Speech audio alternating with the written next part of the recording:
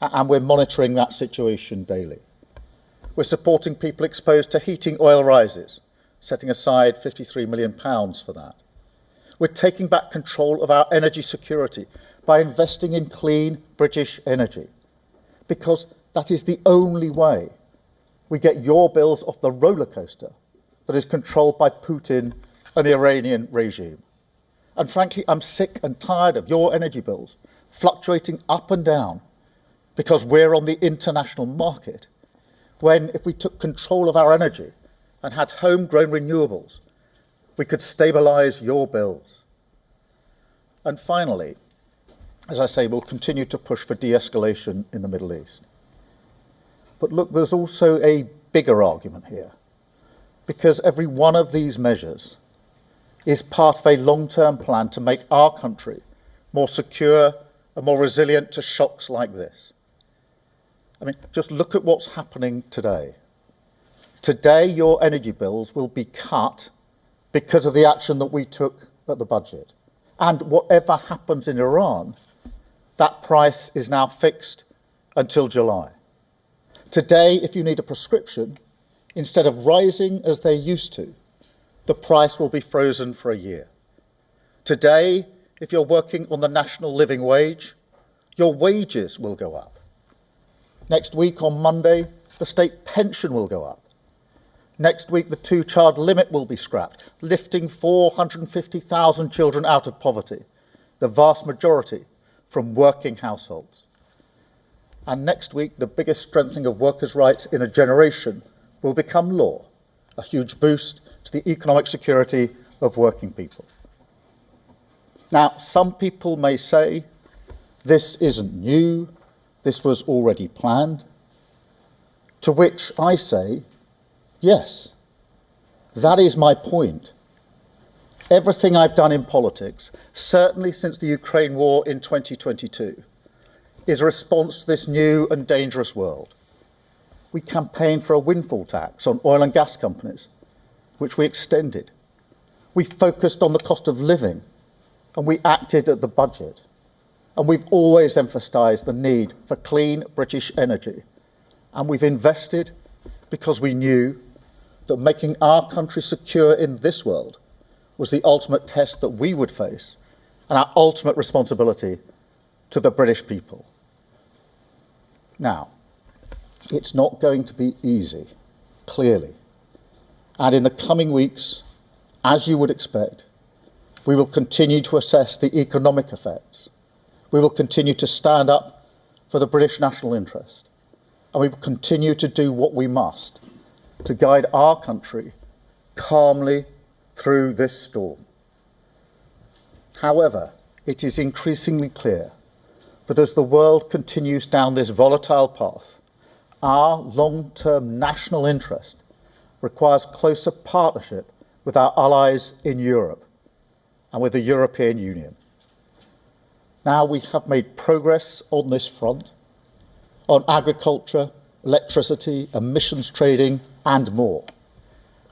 But as the Chancellor has rightly pointed out, Brexit did deep damage to our economy, and the opportunities to strengthen our security and cut the cost of living are simply too big to ignore. So, in the coming weeks, we will announce a new summit with our EU partners. And I can tell you that at that summit, the UK will not just ratify existing commitments made at last year's summit. We want to be more ambitious. Closer economic cooperation, closer security cooperation, a partnership that recognises our shared values, our shared interest, and our shared future. A partnership for the dangerous world that we must navigate together. A world where this government will be guided at all times by the interests of the British people. Thank you. I will now take questions, and I have the BBC first. Henry. Thank you, Prime Minister. As it stands, fuel duty is set to go up in September. You've said that's under review. I think today you said you were monitoring it. It is very hard to find anyone here in Westminster who seriously believes that you are going to press ahead with that. So if today was about reassurance, why don't you just give motorists that little bit of reassurance now and tell them it's not going to go up? Well, fuel duty is set until September, as you rightly say, in terms of the cut. That will remain the position. The other measures that we're taking today, obviously energy bills are going down today, on average by £100 a household, and that will remain down until the end of June, whatever happens in the conflict. And I know people are concerned to know that that remains the case, whatever happens in the conflict. So let me be clear about that. And those that are heating their homes with oil are obviously getting support. We are keeping this under review. Obviously, a lot will depend on how long the conflict goes on, how quickly the Strait of Hormuz can be opened. And that's why I've made the statement I have today about the next step that we're taking, particularly on the Strait of Hormuz, which will be crucial in terms of what actually happens to energy prices and how long there's a spike in those prices. So that's the action that we're taking today. I've got ITV, Harry. Harry. Thank you, Prime Minister. Harry Horton from ITV News. Well, that was the Prime Minister of United Kingdom, Keir Starmer, assuring that UK prioritises clear and calm leadership amidst the ongoing turmoil. He addressed the worries that UK would be dragged to the war in West Asia. He even shared a 5-point plan for energy crisis and how it involves taking back control through clean British energy. He continues to push for de-escalation in West Asia while standing for British national interests.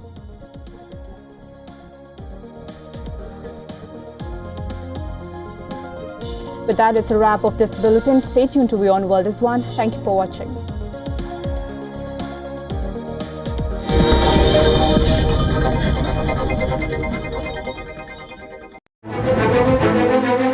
In-depth coverage of global issues broken down into facts, figures, and simple words. Backed with analysis from field experts who truly matter, because we believe in decoding the real picture for you. So you get a much wider and deeper understanding of stories from around the world, a 360-degree analysis. An award-winning documentary series, week after week creating the maximum impact. Watch WION Wide Angle at these times on WION World is One.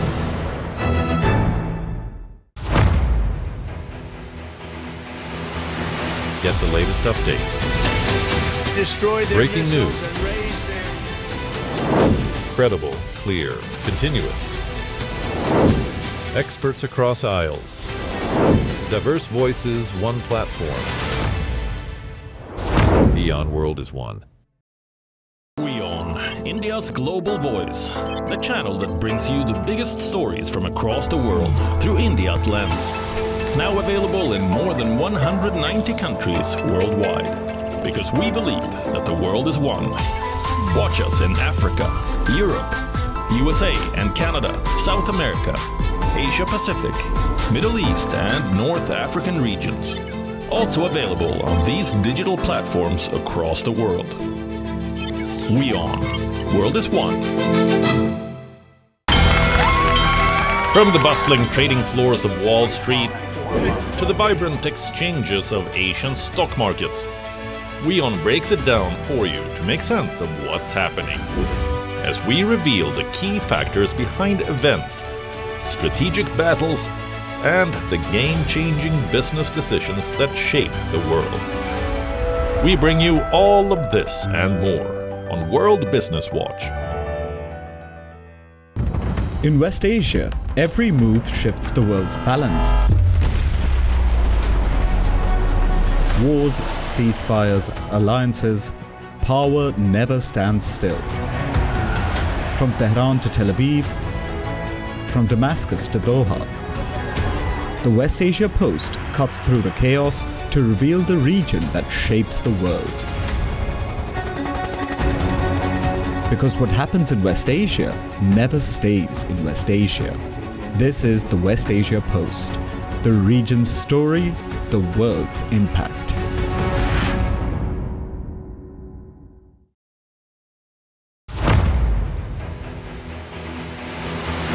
Get the latest updates. Destroy their Breaking missiles news. and raise their... Credible, clear, continuous. Experts across aisles. Diverse voices, one platform. WION World is one. In-depth coverage of global issues broken down into facts, figures, and simple words. Backed with analysis from field experts who truly matter, because we believe in decoding the real picture for you. So you get a much wider and deeper understanding of stories from around the world, a 360-degree analysis. An award-winning documentary series, week after week creating the maximum impact. Watch WION Wide Angle at these times on WION. World is one.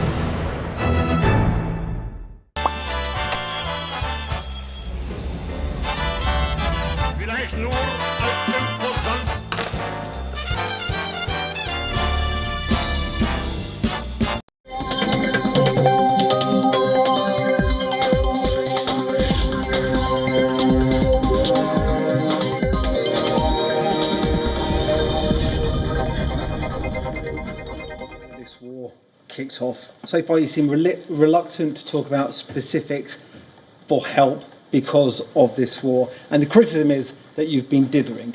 So have you been dithering, or yes or no, do you have in mind a fixed set of plans for the hardest hit by the cost of living crisis caused by this war? And if so, when can we expect to hear them? What are the key indicators that will make you say, this is what we've got planned for you? Yeah, let me just answer that. Firstly, a lot of the measures on the cost of living were measures that were taken at the budget last year, so we were ahead of this. Most people will be watching on their screens worried about the damage they're seeing, the explosions they're seeing, the conflict, but they will also have this deep feeling inside, this could affect me. And what they mean by that is it could have an effect on the cost of living. We've been saying the cost of living is the single number one issue for a very long time. So it's not a coincidence that the measures coming into force today are on the cost of living, because I've been clear that that is the central issue, and that is I think for most people in the country, that's the thing they're probably worrying most about today. So we're actually ahead of the game in relation to that, because we took those measures at the budget. The only reason energy bills are coming down today by an average of £100 is because of the measures that we took at the budget, and they'll be down for 3 months. So those measures have been taken. In relation to what might be needed later in the year, obviously we're working through contingencies. A lot of it will depend on how long the conflict goes on, how quickly the straits are open, because it's very difficult to assess at the moment what might be needed, say, in the winter, until we know the answer to that question. So we're looking at a number of contingencies, as you would expect. I think it's important to point out that whilst there will always be a concern about energy bills, I think people will begin to really worry when it gets to the autumn energy bill, because the summer bill, which is the next one, tends to be, on average, about 7% of the energy people use. It doesn't mean they're not worried about it, but I think most people would be looking to what's the one that comes when it gets colder later in the year. So we're working across all of that. But in the end, the focus has to be on de-escalation and getting the strait open. And that begins to answer the question of what is the nature of any support that may be needed. Clearly, we want to make sure that we act for everybody in keeping the price down, the cost down. And today's measure on energy bills is a measure for everyone. But equally, in terms of tailoring support, we need to make sure that nobody is left behind here. Thank you very much, Paul. Natasha from LBC. Natasha.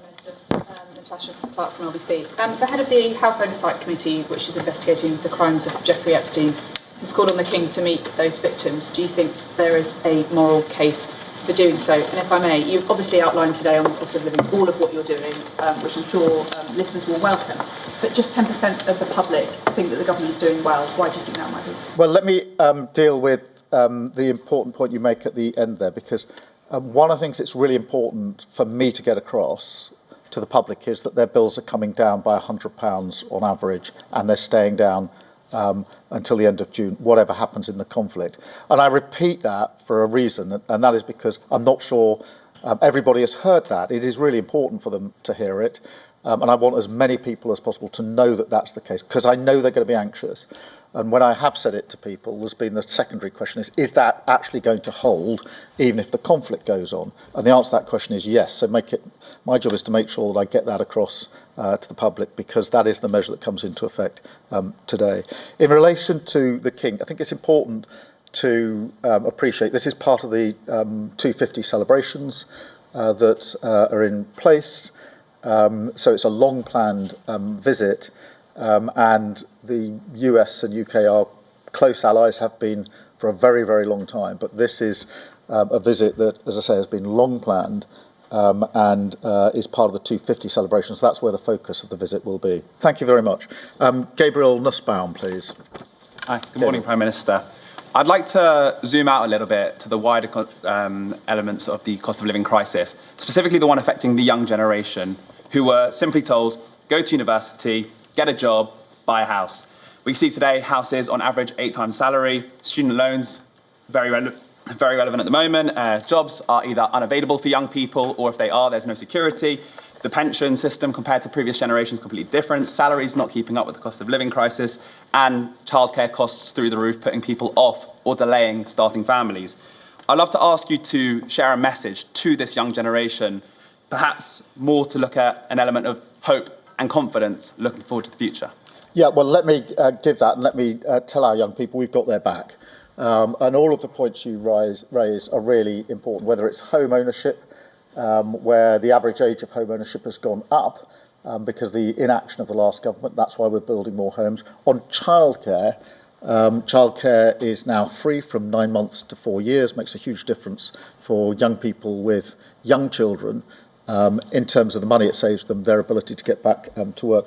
And on that question of getting into work, we're putting in place what we call a youth guarantee, which is a strong support from the government to help people into work and support them into work, because all the evidence is if they are able to get into work, even for a relatively short period, the likelihood is that they will then go on from there with a secure job into the future. So all of those measures are in place, but it's really important you highlight the impact on young people, who I think will feel that they've been let down over the last decade and a half, and we need to put that right. Thank you very much. I've got Jessica from The Guardian.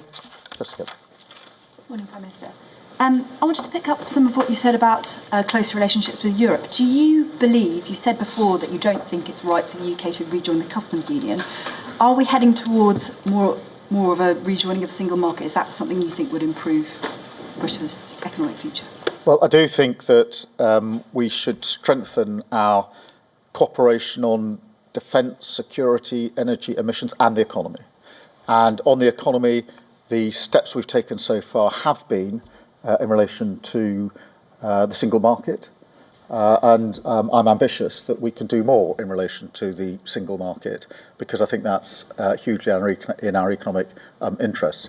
Obviously, this is a matter of negotiation and discussion with the EU, but the summit we have this year will not just be a stocktake summit where we look at actually the 10 strands that we put in place last year.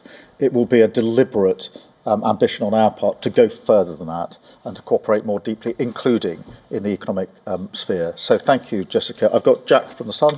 Jack. Hi, Prime Minister. Jack Elson from The Sun. Can I just pick up on that point? Do your manifesto commitments not to rejoin the customs union, free movement or single market still stand? And you previously said from this podium that you wouldn't be forced to choose between tethering Britain closer to either Europe or America, but it does seem that you are engaging with closer negotiations with Europe and you have a deteriorating personal relationship with Donald Trump. So is it fair that you are actually choosing Europe over America? Well, manifesto commitments remain, but we made it clear in the manifesto that we wanted a closer relationship with Europe. So that is perfectly consistent with our manifesto. I'm not going to choose, because I think it's in our interest to have a strong relationship with the US and with Europe. But I do think that when it comes to defence and security, energy, emissions and the economy, we need a stronger relationship with Europe. I actually think that will help strengthen our relationship with the US, because successive presidents have said that Europe needs to do more on their defence and security. I've long argued that with European colleagues, that we should be doing more. And that's not just, for example, on defence spend, although it is on defence spend, it's also on how we spend, how we collaborate, cooperate, And that's why I've focused on deals, for example, that we've done with Norway in relation to frigates. Really good deal, very good for trade, very good for jobs in the Clyde, but really importantly, interoperability of the frigates. We can have our crews on their frigates, they can have their crews on our frigates. That, to me, is the future of a stronger European defence, which is bringing together the capability that we've had. So we don't just get each country developing its own capability. It's an ongoing discussion. I spoke at the Munich conference about it. I spoke at the JEF meeting about it last week in Finland, that we have to go beyond just a numbers game and be much more integrated in the way that we work on defence and security. Thank you, Jack. And I've got Joe from Bloomberg. Joe. Prime Minister, President Trump said yesterday that he wouldn't come to the aid of the UK anymore in his Truth Social post. How seriously do you take that threat from our main ally? Well, it's very important that we're clear. There's been a good deal of pressure on me to change my position in relation to joining the war, and I'm not going to change my position on the war. So whatever the pressure, whatever the noise, I'm the British Prime Minister and I have to act in our national interests. I should say that on defence and security and intelligence, we're obviously working closely with the US, as we always do. And in relation to the planning on the Strait of Hormuz, of course, that involves talking to the Americans as well. So, as I say, whatever the pressure, whatever the noise, my job is, as British Prime Minister, to concentrate on what's in the British national interest. That's what's guided me through this conflict so far. It will continue to guide me as we go forward. Thank you very much indeed. Thank you. All right, so that, of course, was the British Prime Minister Keir Starmer there, taking a number of questions and also speaking about the impact of the American and the Israeli war on Iran, where he has said that Britain will not get pulled into this war, even though Donald Trump has been repeatedly asking Britain to come and play a role in reopening the Strait of Hormuz. Keir Starmer emphasizing that it is important to have an open Strait of Hormuz, but at the same time clearly telling Donald Trump, it appears his message is that Britain does not want to militarily join the war.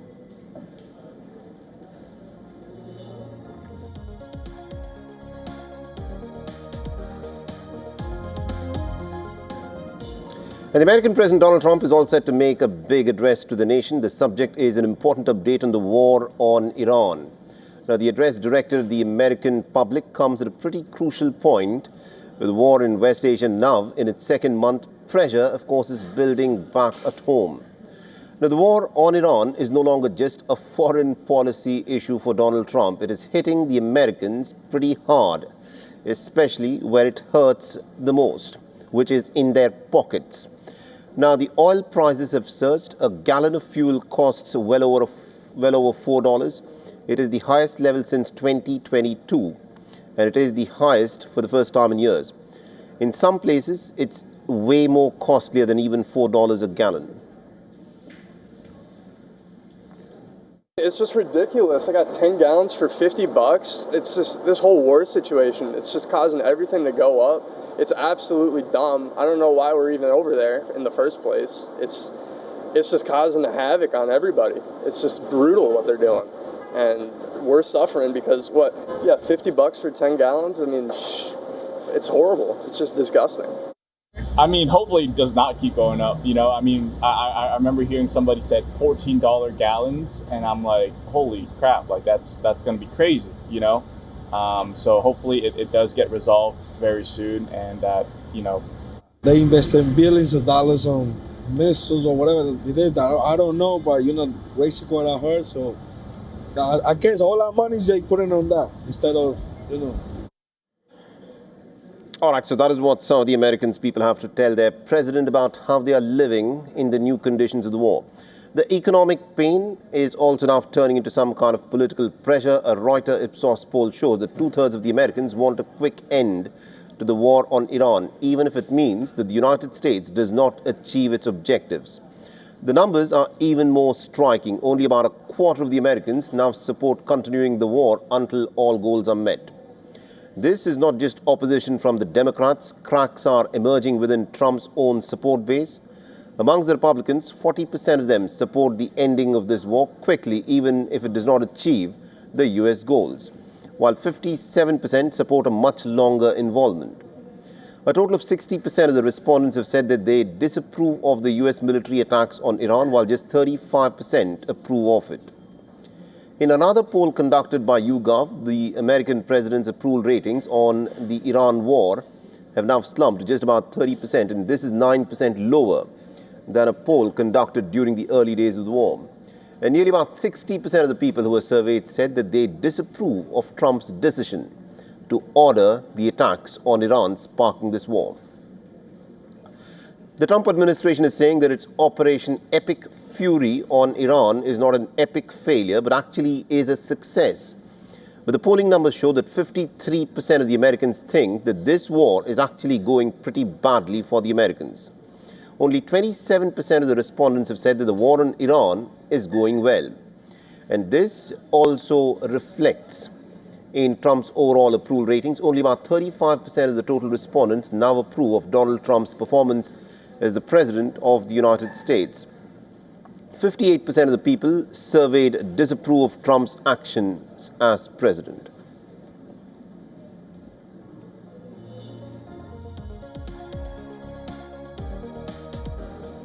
The journey of the Indian oil tanker Pine Gas through the Strait of Hormuz amidst the escalating tensions has captured everyone's attention for the unusual route that was taken by the tanker with support and instruction from Iran's Islamic Revolutionary Guard Corps.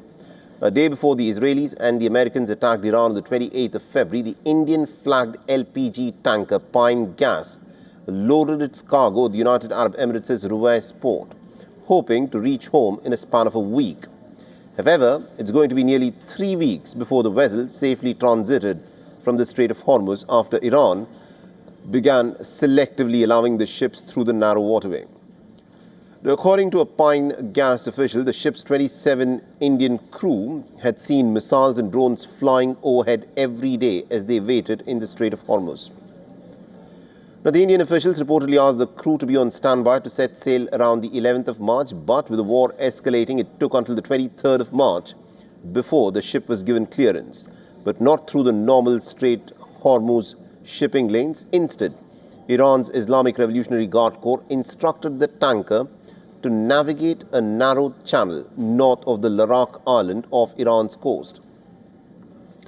The Larak route, not generally used for shipping, was recommended by the IRGC as the regular passage through the Hormuz is reportedly mined. Now, the Indian Navy then guarded the ship during the transit before 4 Indian warships then escorted it once it was out of the Strait of Hormuz. Now, the Pine Gas official said that the ship did not pay a fee for the transit and the IRGC did not board the vessel at any time. Now, the Indian Navy has confirmed that it escorted the Indian-flagged ships after they crossed the strait. The Pine Gas, carrying about 45,000 metric tons of LPG, was originally scheduled to unload at the west coast port of Mangalore. But the Indian authorities directed to discharge its equal volumes at the eastern port of Visakhapatnam and Haldia. While 6 Indian ships have exited the strait, 18 Indian-flagged vessels carrying out 485 Indian seafarers still remain in the Persian Gulf.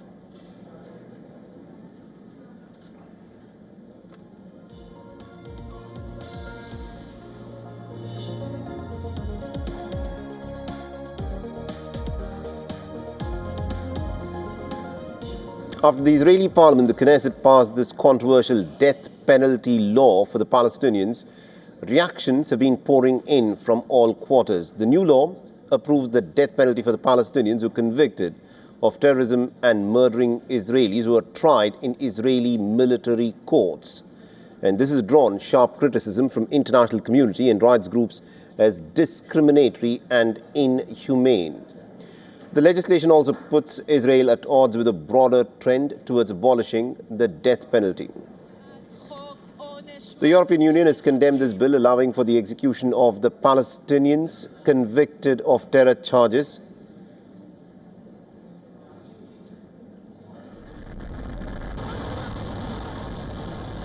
The death penalty bill in Israel is very concerning to us in the EU. This is a clear step backwards, the introduction of the death penalty, together with the discriminatory nature of the law. and also criticizing the law. The United Nations has warned the law that if it is applied on the Palestinian territory is tantamount to a war crime. The Spanish Prime Minister Pedro Sanchez has condemned the Israeli approval of this controversial law, calling it a step closer to apartheid regime, noting as to how this measure applies differently for the Israelis who are not given the death penalty and for the Palestinians who are handed the death penalty once they're tried in military courts. We will always stand firm against such decisions, which clearly represent a radical shift that we will always condemn in the strongest terms. Now, whereas Germany has said that it could not endorse the Israeli law and views its passing with great concern. Meanwhile, the Palestinians gathered in Gaza City to protest against the Israeli death penalty law for the Palestinians.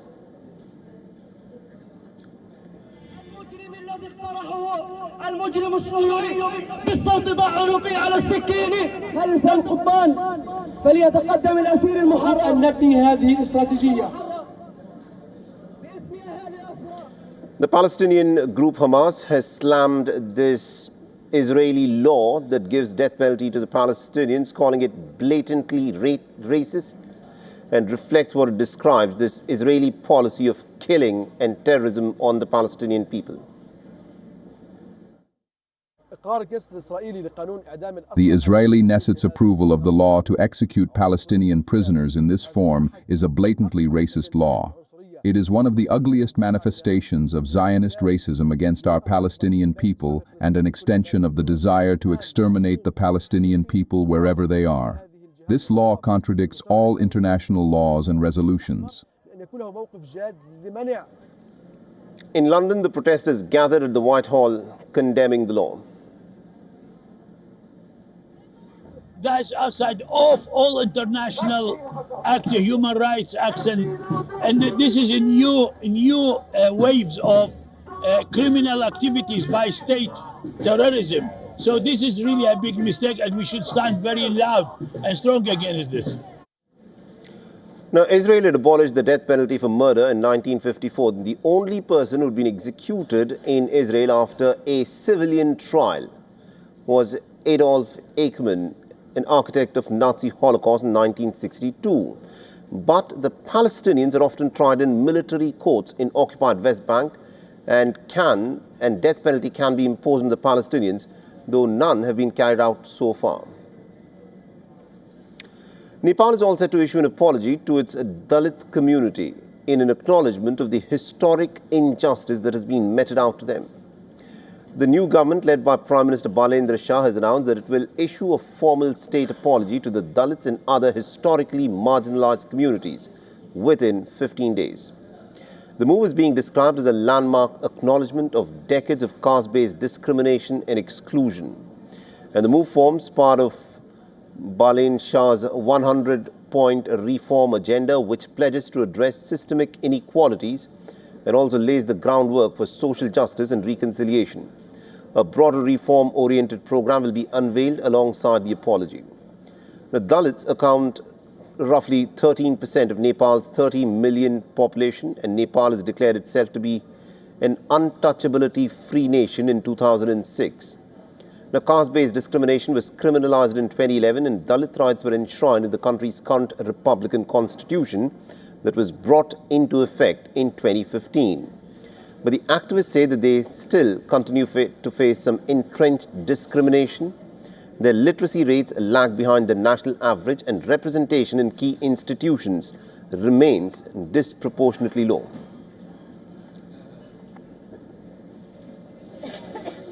And our correspondent Saloni Murarka has been tracking the story very closely for us and has sent us this report from Kathmandu. Listen in.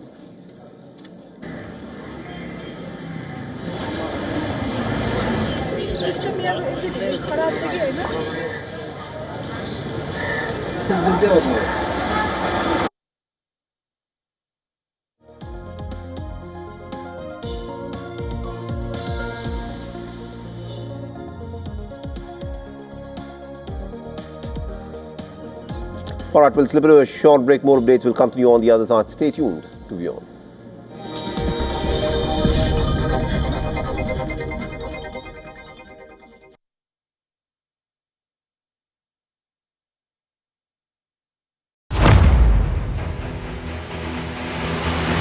Get the latest updates. Destroy their Breaking missiles news. and raise their...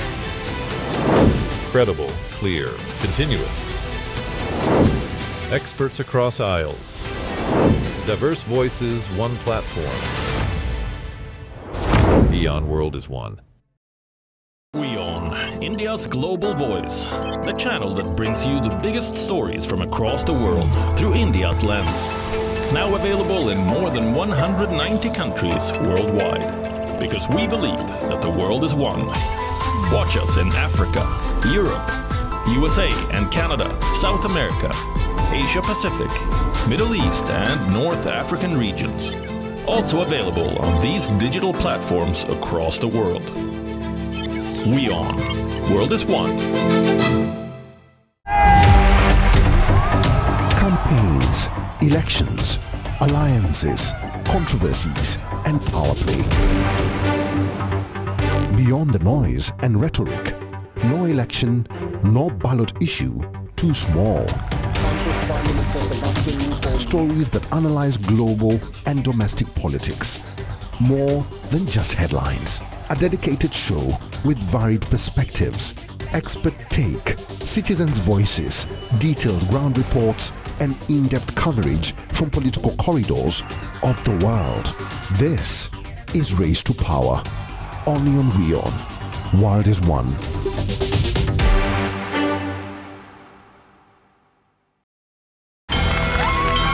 From the bustling trading floors of Wall Street to the vibrant exchanges of Asian stock markets, WION breaks it down for you to make sense of what's happening. As we reveal the key factors behind events, strategic battles, and the game-changing business decisions that shape the world. We bring you all of this and more on World Business Watch.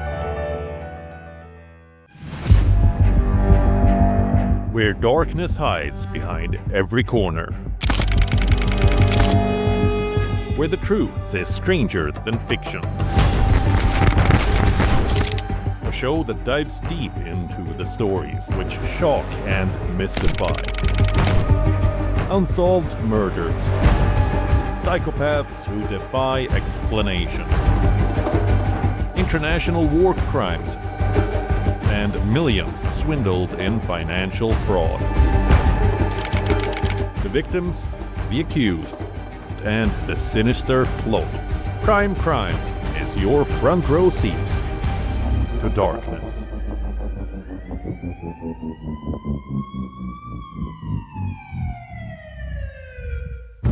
In West Asia, every move shifts the world's balance. Wars, ceasefires, alliances, power never stands still. From Tehran to Tel Aviv, from Damascus to Doha, the West Asia Post cuts through the chaos to reveal the region that shapes the world. Because what happens in West Asia never stays in West Asia. This is the West Asia Post, the region's story, the world's impact.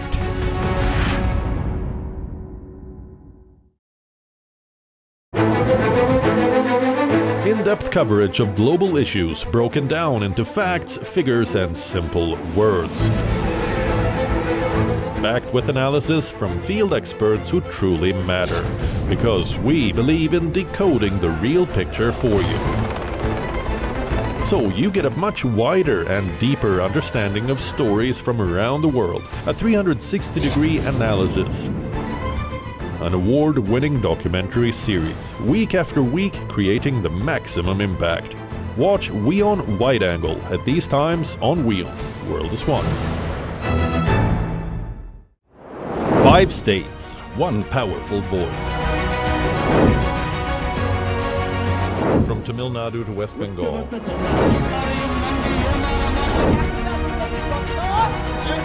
Kerala to Assam. Every vote shapes the future. Get the election pulse only on WION.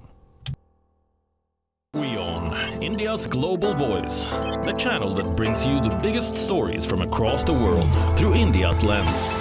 Now available in more than 190 countries worldwide. Because we believe that the world is one. Watch us in Africa, Europe, USA and Canada, South America, Asia Pacific, Middle East and North African regions. Also available on these digital platforms across the world. WION, World is One.